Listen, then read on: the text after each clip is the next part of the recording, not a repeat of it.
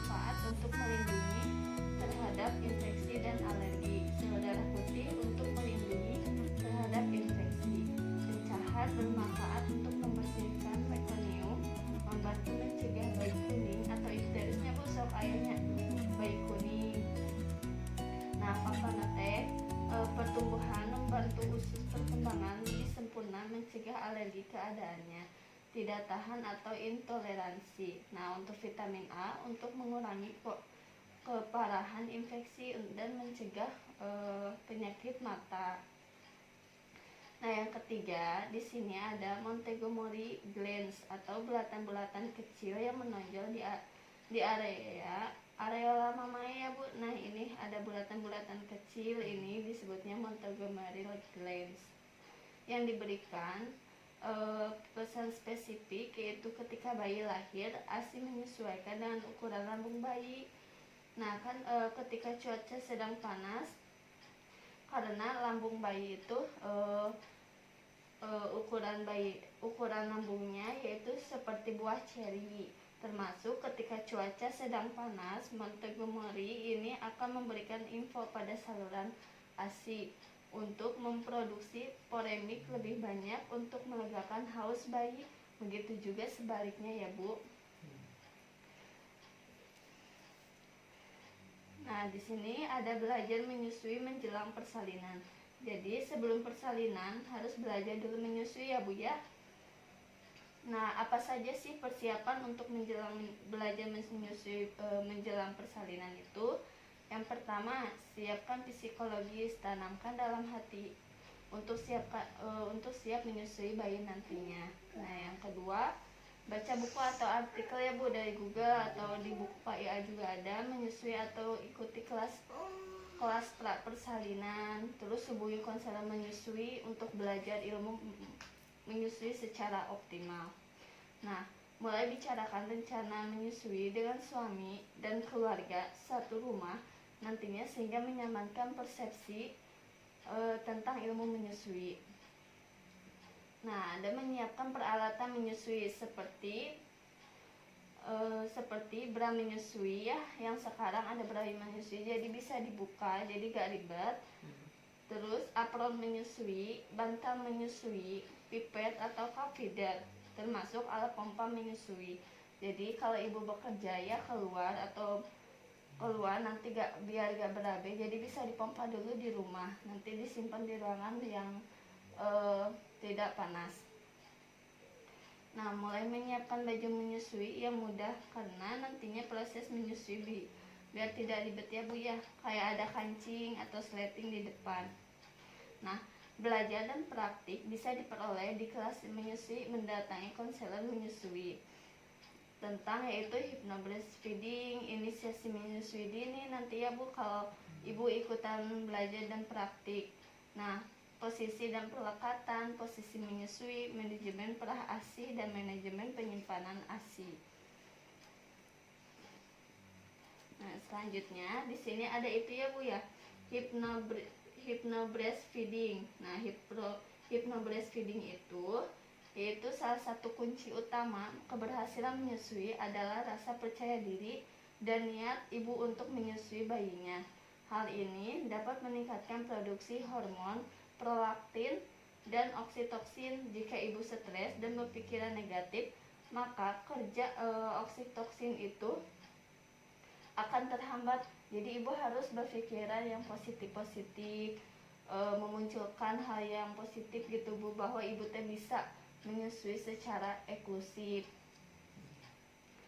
Nah, untuk mengatasinya bisa dibantu dengan melakukan terapi hypnobreastfeeding. Yaitu apa sih hypnobreastfeeding itu? Yaitu upaya alami menanamkan niat ke dalam pikiran bahwa sadar untuk menghasilkan ASI yang cukup untuk kepentingan bayinya. Relaksasi hypnobreastfeeding akan mampu menghadirkan perasaan santai, nyaman, tenang selama menyusui, hingga sistem laktasi di dalam tubuh akan berjalan jauh sempurna ya Bu. Kalau dari dalam hatinya punya niat untuk menyusui bayinya, pasti menghadirkan perasaan santai, nyaman jika pas menyusuinya. Nah, sehingga proses menyusui menjadi penuh arti dan menyenangkan baik bagi ibu maupun bayinya ya. Nah, caranya dengan memasukkan kalimat-kalimat afirmasi atau positif ya Bu, yang membantu menyusui di saat ibu dalam keadaan rileks, saat berkonsentrasi ke dalam alam bawah sadar. Contohnya yang kalimat digunakan adalah saya mampu menyusui, saya memiliki ASI yang banyak ya Bu ya, seperti itu. Munculkan di dalam pikiran ibu, bayi saya bisa menyusui dengan sempurna pada payudara saya, bayi saya mendapatkan ASI sesuai kebutuhannya ya Bu. Jadi ibu harus memunculkan pikiran-pikiran seperti itu supaya ibunya rileks, nyaman, tenang, dan penuh arti dalam menyusui. Nah, sekarang ibu di sini ya ada inisiasi menyusui dini. Ini dilakukannya biasanya pas waktu bayi keluar persalinan, pas waktu persalinan sama bidan pasti seperti ini kan ya.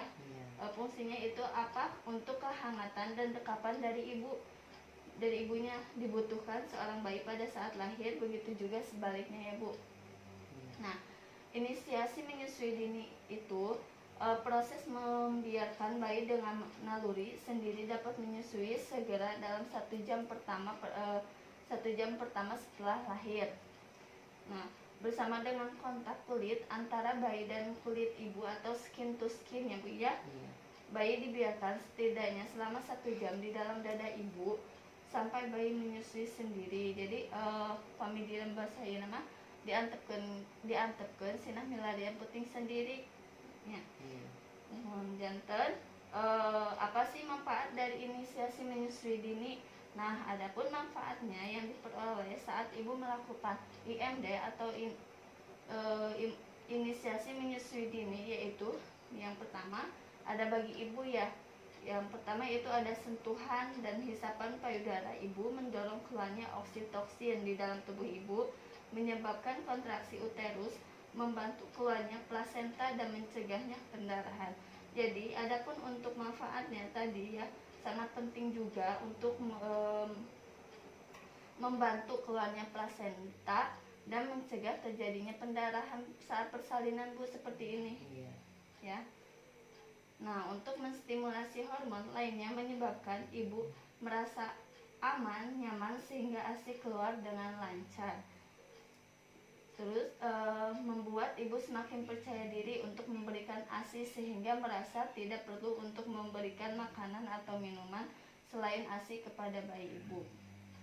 Nah, yang kedua, manfaat untuk bayinya yaitu bersentuhan dengan ibu memberikan kehangatan, ketenangan, dan sehingga napas dan denyut jantung menjadi teratur ya Bu. Jadi pas didekapkan bayi di dada ibu itu manfaatnya untuk kehangatan, ketenangan untuk bayi, dan denyut jantung bayi pun jadi teratur. Nah, yang kedua, memperoleh kolostrum yang mengandung antibodi ya Bu untuk si bayi dan merupakan imunisasi pertama sehingga dapat membuat daya tahan tubuh bayi menjadi lebih baik. Nah, untuk manfaatnya ini kan lebih besar ya untuk menjaga antibodi dan merupakan imunisasi pertama sehingga dapat membuat daya tahan tubuh bayi baik. Yang terakhir itu yaitu memberikan rangsangan ke otak ibu untuk memproduksi ASI lebih cepat. Sentuhan dan rangsangan isapan bayi akan membantu merangsang hormon produksi ASI.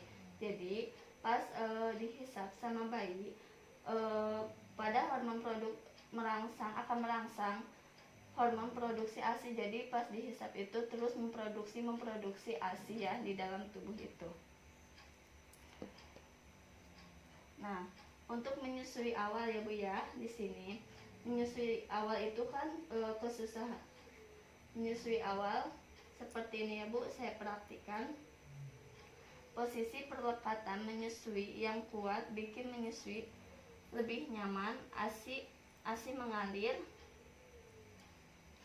lebih lancar. Yang pertama yaitu kepala tidak menoleh dan dan badan menghadap tubuh ibunya seperti ini Bu. Jadi tubuh ibu sama tubuh bayi itu menempel ya seperti skin to skin. Terus si tangan ini menyangga badan bayi dan kepala sejajaran dengan siku, dan dan untuk pelekatannya mulut bayi terbuka lebar sehingga bayi menghisap puting dan areola. Tidak hanya puting ya Bu yang dihisap, soalnya kalau puting saja yang dihisap nanti akan terjadi lecet atau nyeri saat menyusui. Jadi si bayi diusahakan, nah seperti ini ya Bu cara memegang ASINya. Jadi bayi harus menghisap areolanya sehingga tidak akan terjadi lecet pada puting ya. Nah, ciri bayi efektif menyusui teh seperti bayi tampak tenang, badan bayi menempel pada perut ibu, telinga dan lengah bayi terletak pada satu garis lurus ya yang ini tadi. Terus mulut bayi terbuka lebar ya Bu, dagu bayi menempel pada payudara, sebagian areola masuk ke dalam mulut bayi dan areola bagian bawah banyak yang masuk. Jadi semuanya masuk ya Bu, mulutnya sampai ke areola sini. Nah, kepala menengadah, bayi tampak kuat menghisap dengan irama perlahan, jadi perlahan-lahan ya Bu menghisapnya. Dan puting juga tidak akan sakit kalau disusukannya bayinya menghisap sampai areolanya. Nah, di sini Ibu ada praktik posisi menyusui.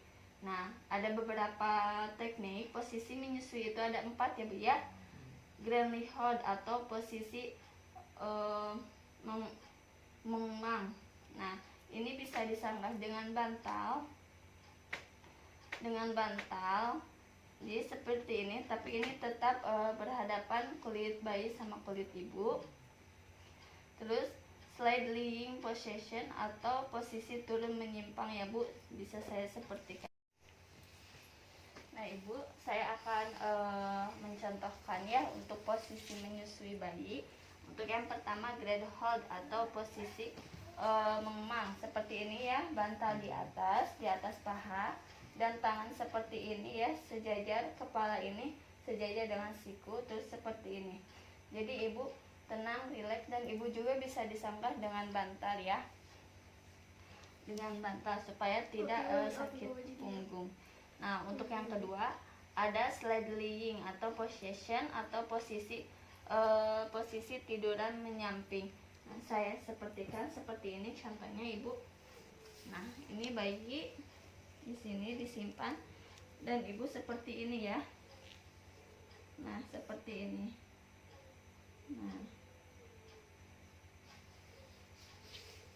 Nah, seperti ini ya Bu. Jadi Ibu juga rileks, bayi juga rileks. Dan tetap perhatikan saat menyusuinya ya. Nah, untuk ketiga ada line back atau position atau posisi seperti semi duduk. Semi duduk itu seperti ini ya, disanggah. Jadi badan bayinya ditempel seperti ini. Ibu sambil semi duduk ya. Terus ada course scared atau hold, posisi menyilang. Nah, posisi menyilang itu seperti ini Bu. Nah, ini seperti ini seperti ini di bawah. Dan yang terakhir ada football atau cloth hold atau posisi menyempit. Nah, posisi menyempit itu jadi si bayi ini bisa seperti ini. Nah, ini di menyempit ya, ditahan atau disempilkan di dia pakai bantal. Nah, seperti ini. Nah, seperti ini ya Bu. Nah, untuk caranya, apakah Ibu mengerti yang tadi saya sampaikan? Ya, mengerti. Nah, selanjutnya saya akan menjelaskan tentang ASI eksklusif. Nah, ASI eksklusif itu 6 bulan pertama menyusui itu banyak sesuatu yang pasti, tangisan ibu dan banyak bengkak, kurang tidur ya Bu ya, pasti gadang. Nah, untuk pemberian ASI secara eksklusif yaitu hanya diberikan ASI saja tanpa tambahan cairan lain seperti susu formula, jeruk, madu, air putih, tanpa pemberian makanan tambahan. padat seperti pisang, pepaya, bubuk susu, biskuit, bubur nasi, dan lain-lain. Nah, jadi susu eksklusif itu jadi dari awal sampai akhir itu tetap diberikannya air susu ya Bu ya, bukan susu formula tapi ASI. Jadi jangan diberikan yang lain selain air susu. Nah, ASI eksklusif selama 6 bulan pertama kehidupan menyusui harus dimulai segera dalam 1 jam setelah melahirkan, ya kan. Jadi pas bayi lahir 1 jam pertama itu kan suka di EMDK-nya Bu, yang tadi saya udah jelaskan. Setelah itu si bayi akan menyusui, dimulai menyusui itu pada 1 jam pertama persalinan tadi.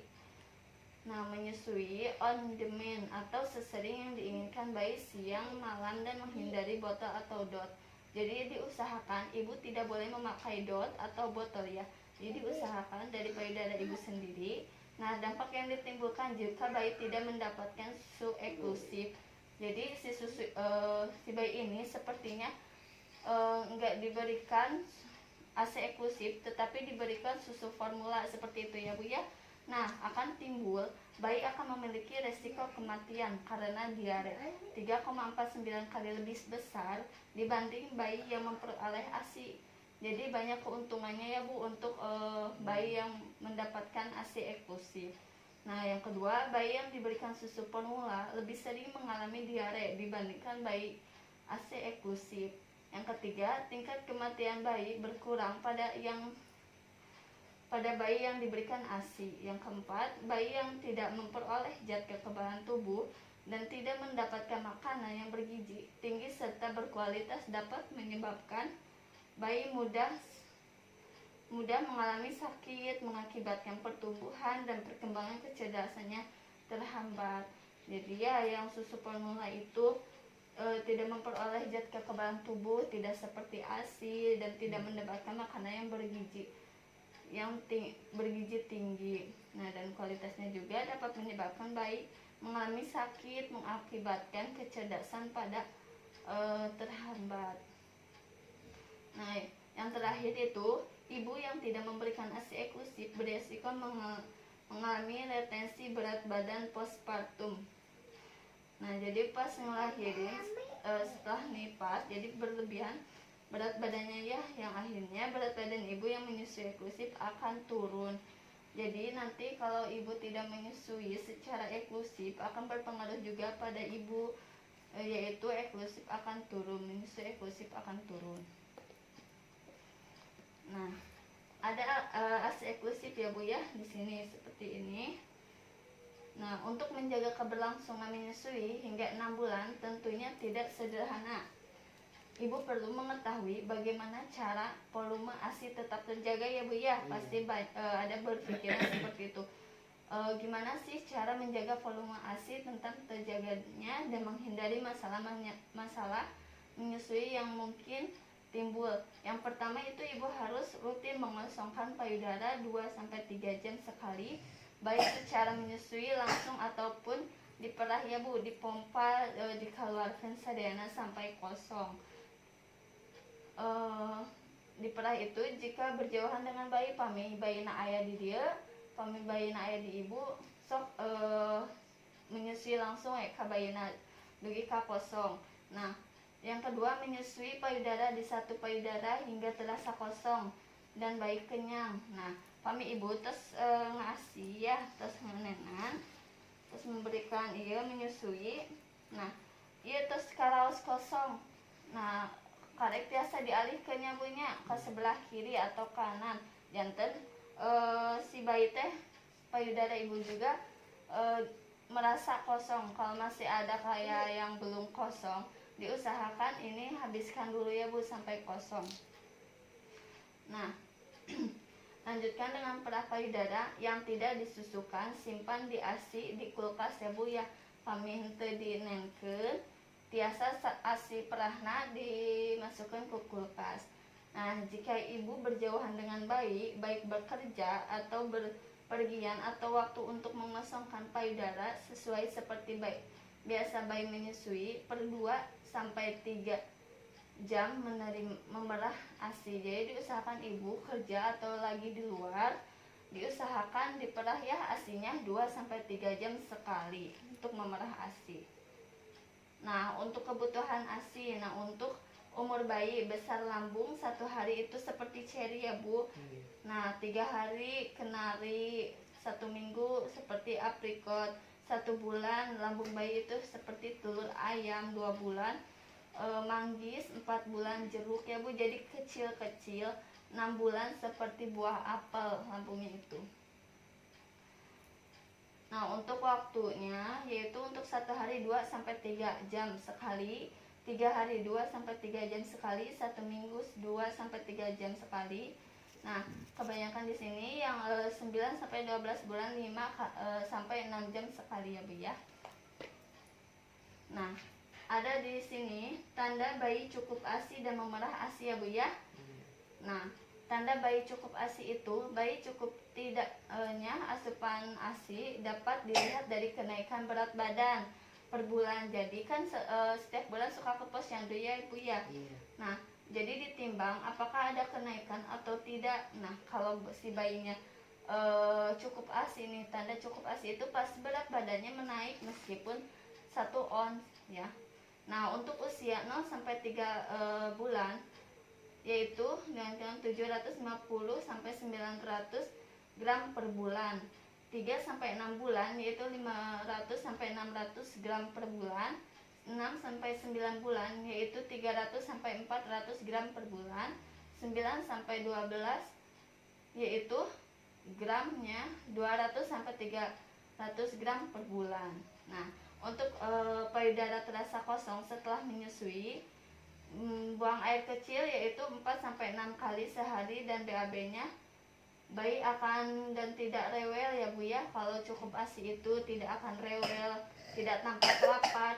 Yang kedua, memerah ASI diperlukan oleh semua ibu menyusui, baik meningkatkan ASI atau menjaga volume ASI, baik ibu bekerja di luar rumah atau ibu bekerja di rumah.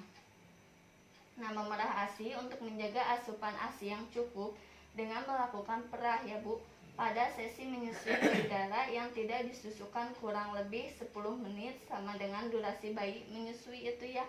Jadi diperah itu disusukan kurang lebih 10 menit sama dengan durasi bayi menyusui. Nah, yang terakhir ya Bu ya, biasanya kan ada masalah-masalah menyusui ya. Nah, masalah-masalah menyusui banyak tantangannya ya Bu ya, tapi ada banyak solusinya asalkan mau belajar dan terbuka Ibu ya, atau sama konselor seperti itu. Yang pertama biasanya ya di kalangan itu ada puting lecet atau terjadinya biasa pada awal-awal ibu menyusui karena posisi dan perlekatan keliru. Karena dengan posisi dan perlekatan yang benar, bayi akan menghisap areolanya ya Bu, yang tadi sudah saya jelaskan. Jadi si bayi teh menghisap areolanya, tidak putingnya saja. Kalau putingnya saja akan menyebabkan masalah-masalah menyusui ya, seperti puting lecet. Dan yang kedua, payudara bengkak atau diakibatkan pengosongan payudara yang tidak optimal. Nah, kan banyak ya Bu, payudaranya suka bengkak. Itu teh akibatnya karena tidak dikosongkan dengan baik pas bayi menyusui. Jadi diusahakan sampai kosong si payudara, atau enggak bayi udah seperti kenyang diperah saja supaya tidak menyebabkan bengkak pada payudara. Lakukan kompres hangat, kemudian peras sedikit lalu susukan dengan posisi perlekatan yang benar. Selesai menyusui, lakukan perah hingga terasa kosong.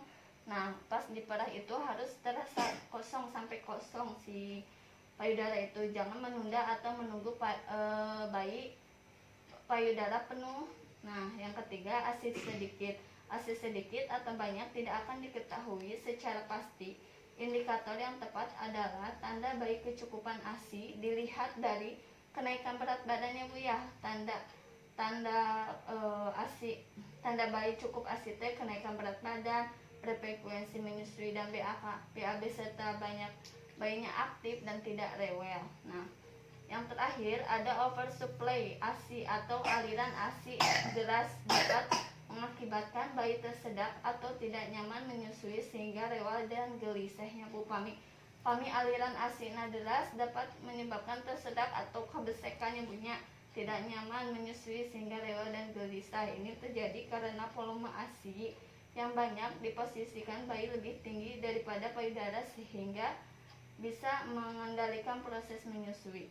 Ibu bisa berbaring dan posisi bayi saat menyusui hampir di atas setelah perlekatan.